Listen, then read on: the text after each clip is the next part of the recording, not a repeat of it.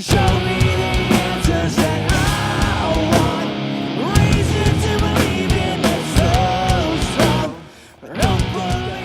so. Well, I don't know if they've improved or gotten worse playing live. I think the songs stayed as good as they ever were, but they did go over well live. It becomes more familiar with the fans. Yeah, and like the one thing that we noticed kind of early on was that we could play songs from the album that weren't necessarily singles, but they'd be like a deep cut on the record, and then our fans would know them. The last, like when we play our full like headliner set, we end with the last song on that album sometimes. That's a deep cut, like that's the last song on a new record, you know. And kids know every word, and they go crazy for it. So I mean, it's working well with our fans. They like it. I remember the first show in Italy in particular. It was right after that.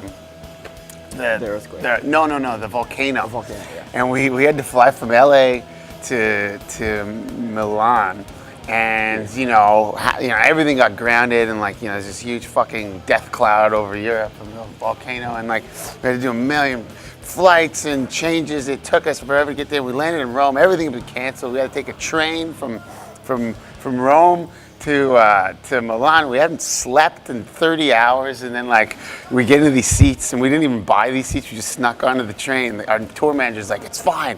This is a direct from Rome to Milan. There's no stops. You guys are fine." So we all finally pass out in the first class seats. There was one stop, and we wake up, and there's this woman banging on the table. Bah, bah, bah, bah, bah, bah.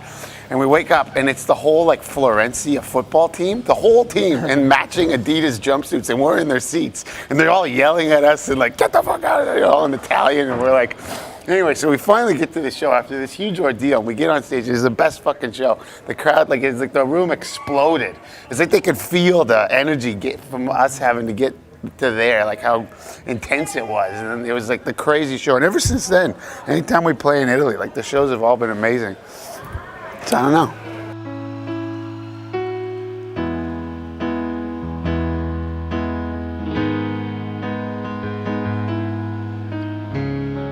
Everybody's got a secret.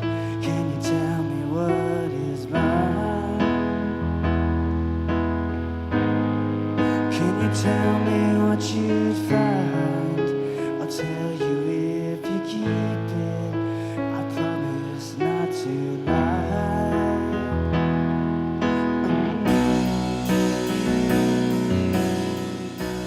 The thing is, like when you first come out with your first album, that's what you seem to get labeled as right away. Yeah. So the first album was popular than everything else that we released in the future. Yeah. But everything else in the future was a lot heavier. So if we would have released, say, this album first in our career, we probably wouldn't have got that label. But I guess they just say, well, they were a pop punk band in 2001, so there's the pop punk band. And it doesn't. We don't really think about it, to be honest. We only think about it when we get asked the question. Yeah, that's the time it really comes up. But anyway, yeah.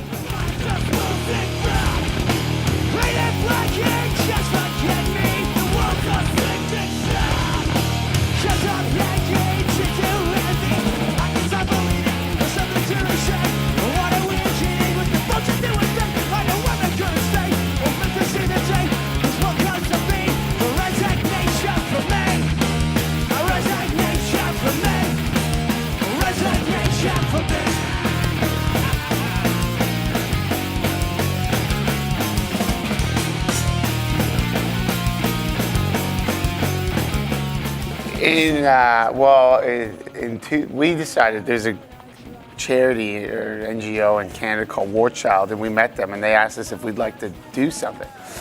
And we were like, well, we don't really want to do just like a benefit show. Like, what else can we do? And they said, well, we do this thing where we send bands into the war zone. It's called Artists in the War Zone, and you go and like they send people to like Iraq and Afghanistan and Sierra Leone and all sorts of places.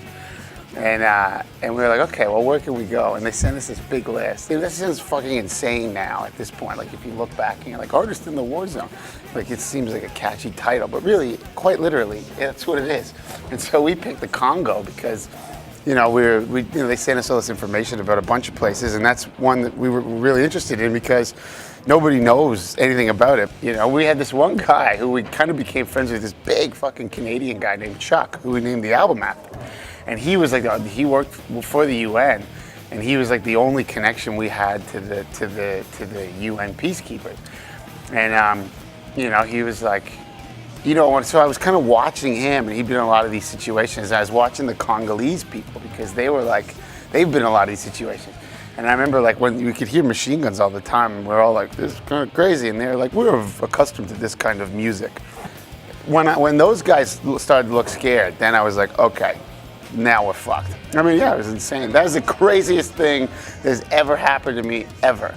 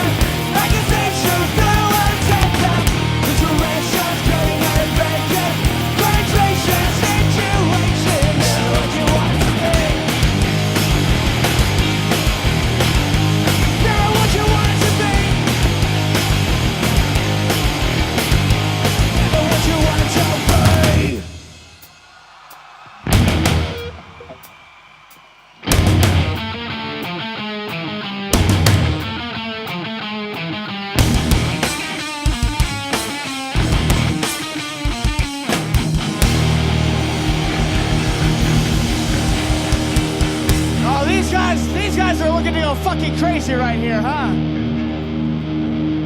You like the metal shit, huh?